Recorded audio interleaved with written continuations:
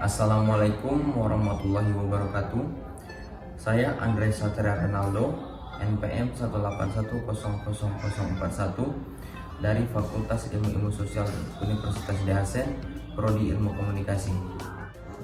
Di sini saya akan menjelaskan terlebih dahulu politik Indonesia. Politik Indonesia merupakan pembentukan dan pembagian kekuasaan di Indonesia, sebuah negara hukum yang berbentuk kesatuan dan dengan pemerintah berbentuk republik dan sistem pemerintah presidensial dengan sifat parlementer. Indonesia tidak menganut sistem pemisah kekuasaan melainkan pembagian kekuasaan. Di Indonesia adalah negara demokrasi konstitusional.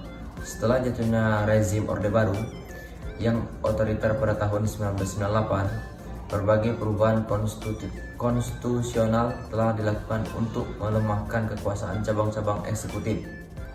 Dengan demikian, membuat sebuah sistem kediktatoran baru hampir mustahil. Sepak terjang mereka mengecewakan. Di media sosial, beberapa pemerhati isu terbagi kelompok pro dan kontra. Maka kita sebagai anak muda sebaiknya tidak menjadi kompor atau melontarkan komentar pedas pada sikap pro ataupun kontra itu sendiri tanpa riset atau yang mendalam. Politisi kita memperumit pemerintahan, banyak juga yang tidak menepati janjinya. Sebagai anak muda yang bisa saya sumbangkan untuk dunia politik, sebagai contoh, memberikan kritikan dan masukan kepada akun media sosial pemerintah.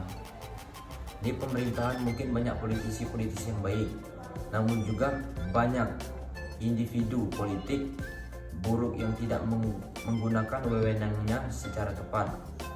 Saya sebagai mahasiswa yang mendalami bidang politik cukup sedih karena banyak sekali pejabat yang melakukan korupsi yang hanya mementingkan pribadi atau individunya sendiri dan mengesampingkan kepentingan rakyat. Politisi kita juga banyak yang baik dan mungkin banyak juga yang buruk.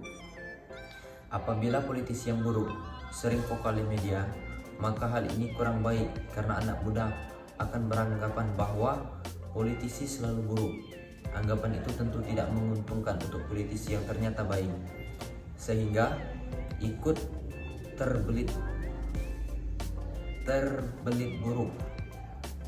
Mengenai kinerja politik, saya sangat jujur dari pribadi saya sendiri, cukup mengecewakan karena menurut jurnal akademik yang saya baca, kini DPRD kurang memenuhi target dalam membahas undang-undang.